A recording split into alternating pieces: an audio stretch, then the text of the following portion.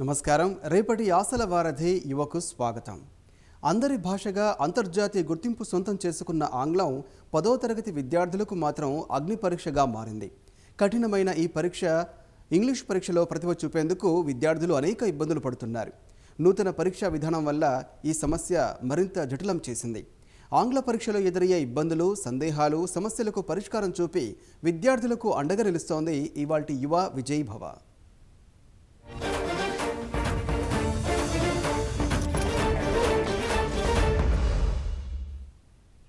ఆంగ్లం పరీక్షలో గ్రామర్పై వచ్చే ప్రశ్నలకు ఎలా సమాధానం రాయాలి, పేపర్ 1, పేపర్ 2లో దేనికి ప్రాధాన్యత ఇవ్వాలి, ఇలాంటి అనేక సమస్యలపై విద్యార్థులకు విలువైన సలహాలు ఇస్తున్నారు ఆంగ్ల ఉపాధ్యాయులు. ఇంగ్లీష్ సంబంధించి ఈ ప్రిపేర్ అవుతున్న విద్యార్థులకు ఎదురవుతున్న సమస్యలు, ఎలాంటి ప్రిపరేషన్ స్ట్రాటజీస్ వాళ్ళు మంచి మార్కులు పొందడానికి, ఎక్కువ స్కోర్స్ చేయడానికి, మంచి జీపీఏ రావడానికి దోహదపడుతుంది.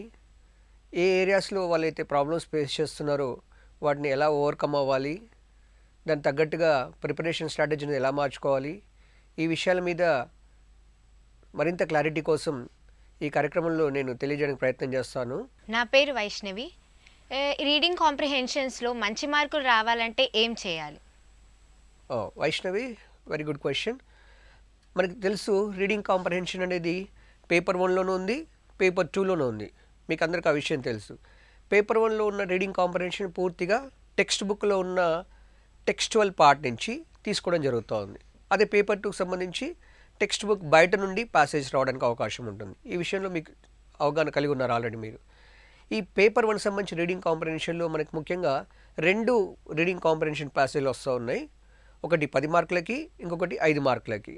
తర్వాత పేపర్ 2కి సంబంధించి 3 రీడింగ్ కాంప్రిహెన్షన్స్ ఉన్నాయి, 3 ప్యాసేజెస్ ఉన్నాయి. ఈ 3 ప్యాసేజెస్ ఒక్కొక్క ప్యాసేజ్కి 5 మార్కులు చొప్పున ఉన్నాయి. దీనికి మార్కులు బాగా రావాలంటే ఎలా, ఇది ప్రతి విద్యార్థి. ఇంకొకటి నేను ముఖ్యంగా మరి ఇక్కడ చెప్పదలుచుకుంది ఏంటంటే, ఇది చాలామంది విద్యార్థులు రీడింగ్ కాంప్రిహెన్షన్ చాలా సులభమైన ఏరియా అని భావిస్తారు. మనకు ఇప్పుడు పేపర్ 1 క్వశ్చన్ మార్కులు చూసినట్టయితే 15 మార్కులు ఉన్నాయి రీడింగ్ కాంప్రిహెన్షన్కి, పేపర్ 2లో కూడా 15 మార్కులు ఉన్నాయి. సో మొత్తం 30 మార్కులు ఉన్నాయి. కానీ గత ప్రశ్నపత్రాలు, జవాబు పత్రాలు విద్యార్థులు రాసిన ఆన్సర్స్ పరిశీలించిన వాళ్ళ మార్కులు పరిశీలించినప్పుడు చాలామంది 20-22 మార్కుల కంటే గరిష్టంగా సాధించలేకపోతున్నారు. అంటే ఇది సులభమనే భావన ఉంది. దీనికి చక్కటి ప్రణాళికతో ప్రిపేర్ అయ్యి ఆశించినట్టుగా ఆన్సర్స్ రాస్తే కనుక పూర్తి మార్కులు వచ్చే అవకాశం ఉంది.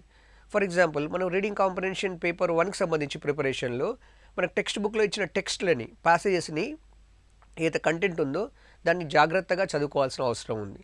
అలా కాకుండా కేవలం కొన్ని విషయాలు గుర్తుపట్టుకోవడానికో లేకపోతే బైహార్ట్ చేయడానికి ఉద్దేశంతో కాకుండా ప్రతి ప్యాసేజ్ని పూర్తి అవగాహనతో చదివి అర్థం చేసుకోవాలి. తర్వాత ప్యాసేజ్ చదివే ముందు ఖచ్చితంగా ఆ ప్యాసేజ్లో ఉన్న సెంట్రల్ పాయింట్ ఏంటి, థీమ్ ఏంటి, మెయిన్ విషయం ఏంటి, ముఖ్య అంశం ఏంటి అనేది గుర్తించుకొని చదివినట్టయితే ప్యాసేజ్కి సంబంధించిన పూర్తి అవగాహన మనకు వచ్చే అవకాశం ఉంటుంది. ఇంకా చాలా చోట్ల మనకు ప్రశ్నపత్రంలో రీడింగ్ కాంప్రిహెన్షన్ అటెంప్ట్ చేయడానికి ముందుగా మామూలుగా సాధారణంగా చాలామంది రీడింగ్ కాంప్రిహెన్షన్ ముందు చదివేసి తర్వాత క్వశ్చన్స్కి ఆన్సర్ వెతుకోవడం స్టార్ట్ చేస్తారు. అలా కాకుండా రీడింగ్ కాంప్రిహెన్షన్లో క్వశ్చన్స్ని ముందు చదివేసుకొని తర్వాత రీడింగ్ కాంప్రిహెన్షన్ని మనం ఎక్స్ప్లోర్ చేయడం స్టార్ట్ చేసినట్టయితే, చదవడం స్టార్ట్ చేసినట్టయితే ఈజీగా సులభంగా మనం వాటికి సంబంధించిన ఆన్సర్లు అందిపుచ్చుకునే అవకాశం ఉంటుంది. ప్యాసేజ్ పైన పూర్తి పట్టు ఉంటేనే మనం ఆన్సర్ చేయగలుగుతాం. అంటే ఫ్యాక్చువల్ క్వశ్చన్స్ అడగడం జరగదు. ఏదో 1-2 క్వశ్చన్స్ మాత్రమే ఫ్యాక్చువల్ క్వశ్చన్స్ ఉంటాయి. మిగతావన్నీ కూడా open ended questions, analytical questions, మీరు మొత్తంగా ప్యాసేజ్ని కాంప్రిహెన్షన్ అయ్యి రాసే క్వశ్చన్స్ ఉంటాయి. కానీ ఇంకొక విషయం, మీరు పేపర్ 1కి సంబంధించిన రీడింగ్ కాంప్రిహెన్షన్స్లో ప్యాసేజెస్లో beyond the passage, before the passage, after the passage విషయాల పట్ల కూడా మనకు అవగాహన కలిగి ఉన్నట్టయితే సులభంగా ఆన్సర్స్ చేయొచ్చు. నా పేరు విష్ణు. రీడింగ్ కాంప్రిహెన్షన్స్లో వచ్చే క్వశ్చన్స్కి ఆన్సర్స్ ఎలా రాయాలి? Okay, good question Vishnu.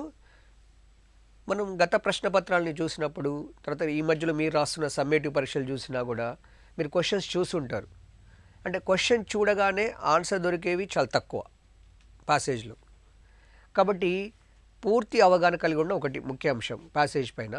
Number 2, ఈ క్వశ్చన్స్ ఎలా అడుగుతున్నారు. For example multiple choice questions తీసుకున్నప్పుడు దాంట్లో ఉండే 4 ఆప్షన్స్ కూడా దాదాపుగా ఆన్సర్కి సమీపంలో ఉంటాయి మీకు. అంటే ఎగ్జామినర్ కూడా ఎప్పుడు కూడా ఏం చూస్తారంటే మీకు ఎంత డెప్త్ ఉందో ప్యాసేజ్ పైన అనేది చెక్ చేయడం కోసం దాదాపుగా సిమిలర్ ఉంటాయి, వెరీ క్లోజ్ ఆన్సర్స్ ఉంటాయి. దీన్ని మనం సాల్వ్ చేసేటప్పుడు ఎలిమినేషన్ టెక్నిక్ యూస్ చేయడం, అంటే క్వశ్చన్కి ఆన్సర్ ప్లేస్లో ఈ 4 ఆప్షన్స్ని అప్లై చేసి ఏది బెస్ట్ సూటబుల్లో దాన్ని మనం చూస్ చేయాలి. కాబట్టి మల్టిపుల్ చాయిస్ క్వశ్చన్ చూడడానికి సులభంగా ఏబిసిడి అనిపించినప్పటికీ దానికి చాలా ఆలోచించి ఆన్సర్ చేయాల్సిన అవసరం ఉంటుంది. ఇంకొక ముఖ్య విషయం, మనకు పరీక్షా సమయంలో సరిపోయేంత టైం ఉంది. గతంలో చూసినాం, ప్రాక్టికల్గా చూసాము, 2 గంటల 45 నిమిషాల్లో 15 నిమిషాలు పేపర్ చదవడానికి పోయినా కూడా మిగతా 2.5 గంటలు సరిపోయేంత ఉంటుంది. కాబట్టి రీడింగ్ కాంపిటీషన్కి వీలైతే ఎక్కువ టైంని కేటాయించండి. ఎందుకంటే మిగతావన్నీ రాయడం ఈజీగా ఉంటుంది, ఎక్కువ టైంని అలాట్ చేసుకోండి మీ ఆన్సర్స్ రాసేటప్పుడు. తర్వాత చాలామంది ఈ షార్ట్ ఆన్సర్స్ సంబంధించిన కానీ మిగతా క్వశ్చన్ పార్ట్స్లో కొన్ని క్వశ్చన్స్ని జస్టిఫై చేయమనడం, మన ఒపీనియన్ ఎక్స్పెక్ట్ చేయడము, మన ఆ ప్లేస్లో మనం ఉంటే ఏమనుకుంటామని అడగడం, అలాగే మీరు పర్సనల్గా మీ మీద అప్లై అయ్యేట్టుగా ఉంటాయి ఆ క్వశ్చన్స్. కాబట్టి జాగ్రత్తగా వీలైనంత వరకు ఆ టెక్స్ట్ చదివేటప్పుడు అప్లికేషన్ మోడ్లో ఉంచండి మీ ఆలోచనలన్నీ కూడా. అప్పుడు సులభంగా మీరు ఆన్సర్ చేయొచ్చు. దాన్ని దృష్టిలో పెట్టుకోండి. పేరు భానుతేజ. పేపర్ 2 రీడింగ్ కాంపిటీషన్కి ఎలా ప్రిపేర్ అవ్వాలి? ఓకే భానుతేజ, పేపర్ 2కి సంబంధించి ముందే చెప్పుకున్నాం మనం, ఇది పూర్తిగా టెక్స్ట్ బుక్ బయట నుండి వస్తాయి ప్యాసేజెస్ అన్నీ కూడా. దీనికి బేసిక్గా మీకు ఏదైతే ప్రిపరేషన్ పేపర్ 1కి అవుతూ ఉన్నారో, అంటే రీడింగ్ కాంపిటీషన్ అంటే ఏదైనా టెక్స్ట్ ఇచ్చినప్పుడు స్వంతంగా చదివి అర్థం చేసుకొని ఆన్సర్స్ రాయగలిగే స్థాయిలో ఉంటే ఇది సులభం అవుతుంది పేపర్ 2కి ఆన్సర్ చేయడం కూడా. కానీ పేపర్ 2లో వచ్చే ప్యాసెస్ అన్నీ కూడా వీలైనంతవరకు మన డైలీ లైఫ్స్ రిలేటెడ్వి, లేకపోతే మనకు వీలైనంత క్లోజ్డ్ ఏరియాస్, అంటే ఎవరైతే రెగ్యులర్ న్యూస్ పేపర్ చదివినా, మనం టీవీలో ఇంపార్టెంట్ ప్రోగ్రామ్స్ లాంటివి చూసినా ఎక్కడో దగ్గర కనెక్ట్ అయ్యే ప్యాసేజెస్ ఉంటాయి. కాబట్టి మీరు వాస్ట్ రీడింగ్ హ్యాబిట్ కనుక ఉంటే అది పేపర్ 2కి ఆన్సర్ చేయడం ఈజీ. కానీ ఇప్పుడున్న తక్కువ టైంలో మీరు ఎక్కువ మార్కులు రావాలంటే బాగా రీడింగ్కి ఎక్కువ టైం అలాట్ చేసుకోండి. అది ఒక బేసిక్గా. అంటే రీడింగ్ కాంపిటీషన్కి మీ మొత్తం క్వశ్చన్ పేపర్లు అటెంప్ట్ చేసే దాంట్లో టైంని కొంచెం ఎక్కువ అలాట్ చేసుకోవడం. తర్వాత ప్యాసేజ్ని 1-2 సార్లు కాకుండా, ఇది అన్నోన్ టెక్స్ట్ కాబట్టి కనీసం 3 times మినిమంగా చదవండి. మీకు అవగాహన వచ్చినప్పటికీ మరింత పట్టు కోసం మినిమం ఇంకొక 1 time యాడ్ చేసి కనీసం 4 మార్లు చదవండి. చదవడం వల్ల మీకు దానిపైన పట్టు వస్తుంది. తర్వాత మీరు చేసేటప్పుడు మైండ్ మ్యాప్ టెక్నిక్, అంటే అందులో ఏదైనా కీ టర్మ్ తీసుకొని దాని చుట్టూ ఉన్న ఏరియాస్లన్నీ కనెక్ట్ చేసుకోగలిగితే ఈజీగా మీకు కాంప్రహెన్షన్ ఈజీ అవుతుంది. సార్, నా పేరు కావ్య. వొకాబులరీ అండ్ గ్రామర్లో మంచి మార్క్స్ స్కోర్ చేయాలంటే ఏం చేయాలి? Very good question. ఇప్పుడు మనకి ఒక ఫస్ట్ ఏరియా వచ్చేసి రీడింగ్ కాంప్రహెన్షన్ సెక్షన్ ఏలో, ఇక సెక్షన్ బి ఏరియాకి సంబంధించి వొకాబులరీ అండ్ గ్రామర్. సో ఇది పేపర్ 1లో వొకాబులరీ గ్రామర్ ఏరియా ఉంది, దీనికి 10 మార్కులు ఉన్నాయి. పేపర్ 2లో కూడా 10 మార్కులు ఉన్నాయి. ఈ వొకాబులరీ అండ్ గ్రామర్ అనేది నిజంగా మన కొత్త క్వశ్చన్ పేపర్ గతంలో చూసినట్టయితే ఇది లేబుల్డ్ గ్రామర్ని టెస్ట్ చేయరు. అంటే ఇది ఏ పార్ట్స్ ఆఫ్ స్పీచ్, ఇది ఏ టెన్స్, ఇది ఏ వాయిస్లో ఉంది, అలాంటి క్వశ్చన్స్ ఉండవు. అంటే లేబులింగ్ లేకుండా గ్రామర్ని పరీక్షించడం జరుగుతూ ఉంది. అదేవిధంగా వొకాబులరీ విషయంలో కూడా డైరెక్ట్గా మిమ్మల్ని ఆ వర్డ్ని ఆపోజిట్ రాయమనడము అలా కాకుండా వీలైనంతవరకు కాంటెక్స్ట్లో ఉంచి మీనింగ్ కానీ ఆపోజిట్ వర్డ్ కానీ other form of the word కానీ ఎక్స్పెక్ట్ చేస్తారు మీరు. అంటే మీరు ఈ వొకాబులరీ అండ్ గ్రామర్ ఏరియాని టచ్ చేసేటప్పుడు ప్రతి టాస్క్ కూడా ఐసోలేటెడ్గా ఇవ్వడం జరగదు. అంటే బ్రోకెన్ సెంటెన్సెస్లో ఉండవు. ప్రతిది కూడా ఒక కాంటెక్స్ట్ ఇచ్చి వొకాబులరీ గ్రామర్ని టెస్ట్ చేస్తున్నాం మన పరీక్షా పత్రాల్లో. కాబట్టి మీరు ఏదైతే క్వశ్చన్ అనుకుంటున్నారో అక్కడ ఇవ్వబడిన క్వశ్చన్ ఉందో వొకాబులరీ గ్రామర్లో, ఆ వచ్చిన మీరు అనుకున్న ఆన్సర్ని మళ్ళీ ఆ కాంటెక్స్ట్లో ఫిక్స్ చేసి అది అక్కడ సూట్ అవుతుందో చెక్ చేసుకున్నాకనే అది ఆన్సర్ నిర్ధారణకు రావాలి. ఎడిటింగ్లో టెక్స్ట్ బుక్ ప్రకారం చేయాలా లేదా సొంతంగా చేయాలా? ఓకే వైష్ణవి, చాలామంది విద్యార్థులు రాష్ట్రంలో 10వ తరగతి చదువుతున్న విద్యార్థులు ఇంగ్లీష్ పరీక్షకు సంబంధించి ఎవరిని అడిగిన ప్రశ్నపత్రంలో మీకు అత్యంత డిఫికల్టీ ఏరియా ఏది అనగానే మొదటగా చెప్పేది editing area, question number 13 to 17 paper 1లో. కానీ నిజంగా చెప్పండి, విద్యార్థులు చాలామంది ఈ ప్రిపరేషన్ కోసం చాలా భయపడుతూ ఉన్నారు. మీరందరూ ఈ అపోహని దూరం చేసుకోండి. ఎందుకంటే మేము గత ప్రశ్న పత్రాల తర్వాత చూసిన జవాబు పత్రాల్లో చాలామంది విద్యార్థులు మినిమం 3 మార్కులు, 2 నుంచి 3 మార్కులు మినిమంగా చాలామంది విద్యార్థులు సాధించారు. 5 మార్కులు సాధించడం అనేది ఇది నాకు తెలిసి అయితే నా అనుభవంలో ఎవరైతే 10 GPA సాధించే కెపాసిటీ ఉన్న విద్యార్థులు మాత్రమే 5 మార్కులు సాధించగలుగుతున్నారు ఎడిటింగ్లో. కానీ ఎడిటింగ్లో అత్యధిక సమయం కేటాయించి సులభంగా మార్కులు వచ్చే ఏరియాస్ నెగ్లెక్ట్ చేసుకుంటున్నారు. అంటే నేను ఎడిటింగ్కి ప్రిపరేషన్ అక్కర్లేదన్న ఉద్దేశం కాదు, కాకపోతే ఎడిటింగ్కి 5 మార్కులకు ఉన్న ఎడిటింగ్ మీద ఎక్కువ సమయం పెట్టి మిగతా వాటిని నెగ్లెక్ట్ చేసుకుంటున్నారు చాలామంది పిల్లలు. అలా కాకుండా ఎడిటింగ్ని సులభంగా చేయాలంటే ఒకటే టెక్నిక్ యూస్ చేయాల్సింది, మనం టెక్స్ట్ బుక్లో ఇచ్చిన ప్యాసేజెస్లోంచి ఎడిటింగ్ ఏరియా వస్తుంది. మీకు తెలుసు ప్రతి సెంటెన్స్లో ఒక ఎర్రర్ ఉంటుంది. ఈ ఎర్రర్ రకరకాలుగా ఉంటాయి. ఒక ప్రిపోజిషన్ తప్పుగా ఇవ్వచ్చు, వర్డ్ ఆర్డర్ తప్పు ఇవ్వచ్చు, ఒక టెన్స్ ఫామ్ తప్పు ఇవ్వచ్చు, ఇలా రకరకాలుగా ఉంటాయి. దీనికి కావాల్సింది నేను ఇప్పుడు ఈ ఏరియా మీది 5కు 5 మార్కులు రావాలంటే మీరు చేయాల్సింది ఫస్ట్ మీరు ఆ మిస్టేక్స్ ఎలాంటి మిస్టేక్స్ గత ప్రశ్న పత్రాలు ఒకసారి అబ్జర్వ్ చేయాలి. ఎలాంటి తప్పులు ఎలాంటి ఎర్రర్స్ ఇస్తున్నారు సెంటెన్సెస్లో, వాటి చూసినట్టయితే మీకు ఒక క్లారిటీ వస్తుంది.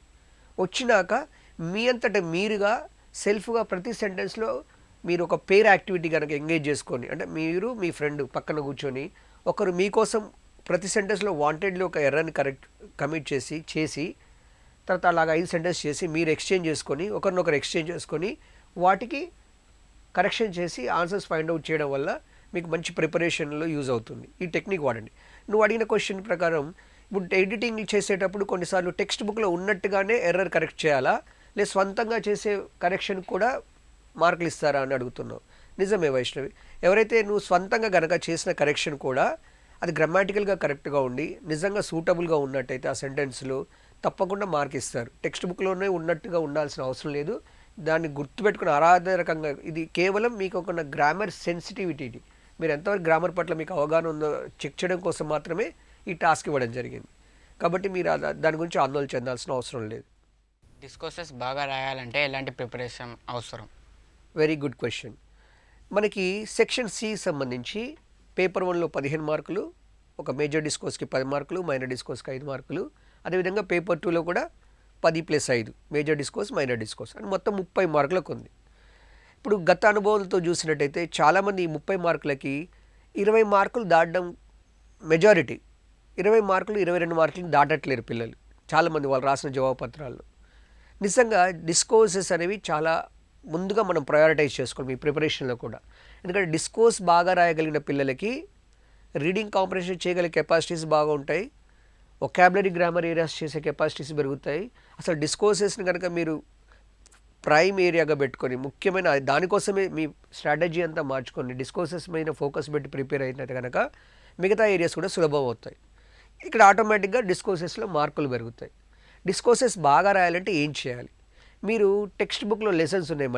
మనకి మొత్తం 8 యూనిట్స్లో దాదాపుగా 24 లెసన్స్ ఉన్నాయి, ఏబీసీ రీడింగ్ కలుపుకొని. దాదాపుగా మీరు ఈ లెసన్స్ చదివేటప్పుడు ఒక్కొక్క లెసన్కి ఒక్కొక్క డిస్కోర్స్ ఫీచర్స్తో ఉన్నాయి, ఒక్కొక్క జానరాలో ఉన్నాయి. కొన్ని లెటర్ ఫామ్లో ఉన్నాయి, కొన్ని ఇంటర్వ్యూ ఫామ్లో ఉన్నాయి, కొన్ని బయోగ్రఫికల్ స్కెచెస్ లాగా ఉన్నాయి, కొన్ని ఎస్సే రూపంలో ఉన్నాయి, కొన్ని పోయం రూపంలో ఉన్నాయి. మీరు చదివేటప్పుడే ఆ టెక్స్ట్ల ఫీచర్స్ని దృష్టిలో పెట్టుకోండి. అంటే మీరు డిస్కోర్స్ రాసేటప్పుడు 2 ఏరియాస్, ఒకటి discourse specific indicators, language specific areas. ఈ రెండింటి మీద ఆధారపడి మీకు మార్కులు ఇవ్వడం జరుగుతుంది. అంటే ఫర్ ఎగ్జాంపుల్ మీకు డిస్కోర్స్లో ఒక లెటర్ రాయమని వచ్చినట్టయితే లెటర్కు ఉండాల్సిన ఇండికేటర్స్ పైన పూర్తి అవగాహన ఉండాలి. మరి లెటర్ మీద పూర్తి అవగాహన ఉండాలి అంటే మనకు లెటర్స్ సంబంధించిన లెసన్స్ చాలా ఉన్నాయి మన టెక్స్ట్ బుక్లో. అంటే ఇంకొకటి మీరు గుర్తుపెట్టుకోవాలి, క్లాస్ 10 ఇంగ్లీష్ ఎగ్జామ్ రాస్తున్నారు అంటే మీ ఉద్దేశంలో క్లాస్ 10 ఇంగ్లీష్ టెక్స్ట్ బుక్ ఒకటే కాకూడదు మీ ప్రిపరేషన్లో. Class 6th, 7th, 8th, 9th text బుక్లో కూడా ఉన్నటువంటి ఇన్పుట్ మీరు యూస్ చేసుకోవాలి. ఇప్పుడు మీరు క్లాస్ 8లోకి వెళ్తే లెటర్ ఉంది, అలాగే మీరు 7th క్లాస్లోకి వెళ్తే లెటర్స్ ఉన్నాయి టెక్స్ట్ బుక్లో. సో అక్కడ ఉన్న లెటర్స్కి ఉన్న ఇండికేటర్స్ కానీ ఫీచర్స్ కానీ బాగా అబ్జర్వ్ చేయండి మీ ప్రిపరేషన్లో. ఈవెన్ ప్రతి యూనిట్ చివరిలో కూడా రైటింగ్ ఏరియాలో చాలా డిస్కోర్సెస్కి ఇన్పుట్ ఇవ్వడం జరిగింది. ఒక డిస్కోర్స్ని ఎట్లా డెవలప్ చేయాలి, కొన్ని ప్రాక్టీస్ కోసం కూడా ఇవ్వడం జరిగింది మన పుస్తకాల్లో. సో కింది తరగతి పుస్తకాల్లో ఉన్న ఏరియాస్ను కూడా ఈ 10th class English exam preparation కోసం మీరు దృష్టిలో పెట్టుకొని ప్రిపేర్ అవ్వండి. దానివల్ల డిస్కోర్స్ రాయడం ఈజీ అవుతుంది. డిస్కోర్స్లో పూర్తి మార్కులు రావాలంటే ఎన్ని సెంటెన్సెస్లో ఆన్సర్ చేయాలి? Okay Kavya, creative writing discourse సంబంధించి ఒక్కొక్క డిస్కోర్స్కి ఒక్కొక్క ఇండికేటర్ స్పెసిఫిక్ ఉన్నాయి. అవి మీరు టెక్స్ట్ బుక్ చివరి పేజీలో కనుక తీసినట్టయితే ప్రతి డిస్కోర్స్కి ఉండాల్సిన ఇండికేటర్స్ అక్కడ ఫీచర్స్ ఉన్నాయి. మనకి టెక్స్ట్ బుక్లో ఒకసారి అబ్జర్వ్ చేయండి. తర్వాత లెంత్ ఆఫ్ ద డిస్కోర్స్, అంటే ఎంత నిడిదిలో రాయాలి, ఎన్ని సెంటెన్స్లో రాయాలనే ప్రశ్న. సో మామూలుగా ఒక్కొక్క డిస్కోర్స్కి ఫర్ ఎగ్జాంపుల్ మీరు కాన్వర్జేషన్ తీసుకున్నారనుకోండి, దాంట్లో మినిమం 10 ఎక్స్చేంజెస్ ఉండాలి. సెంటెన్సెస్ ప్రయారిటీ కాదు ఇక్కడ, exchanges minimum 10. You can go up to 12, 13 పోవచ్చు, కానీ మినిమం అయితే 10 ఎక్స్చేంజెస్ ఉండాలి. అలాగే ఇంటర్వ్యూలో కూడా అలాగే. అదే డిస్క్రిప్షన్ సంబంధించి, ఎస్ఏకి సంబంధించి, బయోగ్రఫికల్ స్కెచ్ సంబంధించి మినిమం అంటే దాదాపుగా మీరు ఒక పేజీకి తగ్గకుండా మరీ ఎక్కువ కాకుండా ఒక పేజీకి తగ్గకుండా 1.5 పేజీలో వచ్చేట్టుగా మీ డిస్కోర్స్ని ప్లాన్ చేసుకోండి. అదే కొన్ని ప్లే స్క్రిప్ట్ కానీ, కొరియోగ్రఫీ స్క్రిప్ట్ కానీ, తర్వాత కాన్వర్జేషన్ కానీ, ఇంటర్వ్యూ కానీ, ఇట్లాంటి వాటికేమో ఎక్స్చేంజెస్ని బేస్గా పెట్టుకోండి. అలా ప్రిపేర్ అయితే సరిపోతుంది. ఇంటర్వ్యూ అండ్ కన్వర్జేషన్లో ఎన్ని ఎక్స్చేంజెస్ ఉండాలి? అదే నేను ఇప్పుడే చెప్పాను కదా వైష్ణవి, మినిమం 10 ఎక్స్చేంజెస్.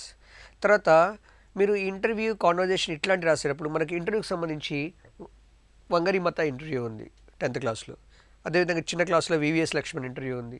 ఇలాంటి మోడల్ ఇన్పుట్ని వాడండి మీరు.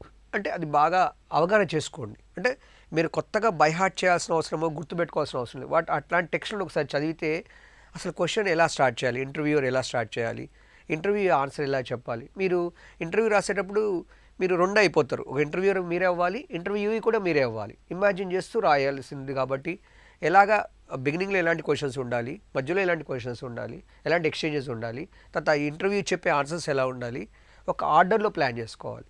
ఇంకొకటి, ఈ డిస్కోర్సెస్ రాసేటప్పుడు క్లియర్గా ఇచ్చాము మేము, ఇన్స్ట్రక్షన్ కూడా ఇచ్చారు క్వశ్చన్ పేపర్లో, మీకు చూస్తే అర్థమవుతుంది. రఫ్ వర్క్ చేసుకోవడం, స్కెల్టన్ని ప్లాన్ చేసుకోవడం. మీరు ఏది రాసినా, బయోగ్రఫికల్ స్కెచ్ రాసినా మీరు మినిమం ఎన్ని ప్యాసేజ్లో డివైడ్ చేసుకోవాలి. ప్యాసేజ్ 1 ఏం పెట్టాలి, దాని చైల్డ్హుడ్, నెక్స్ట్ వచ్చేసి అతని కెరీర్, నెక్స్ట్ అతని అచీవ్మెంట్స్, నెక్స్ట్ అతని success, is message to the society. అట్లా ఒక ప్రతి ప్యాసేజ్లో ఏ ఏరియాస్ని ఇన్పుట్ని ఇంక్లూడ్ చేయాలో ముందే ఒక స్కెల్టన్ ప్లాన్ చేసుకోండి. ఏ ఆన్సర్ రాసినా, డిస్కోర్స్లో ఏది అటెంప్ట్ చేసినా, మీరు ఈవెన్ ఇంటర్వ్యూ కానీ కాన్వర్సేషన్ ఏది డిస్క్రిప్షన్ రాసినా, సో ఫస్ట్ రఫ్ స్కెల్టన్ అలవాటు చేసుకోండి, డ్రాఫ్ట్ చేసుకోవడం. సో ఈ ఐడియాని కనుక మీరు వాడినట్టయితే మంచి మార్కులు వచ్చే అవకాశం ఉంటుంది.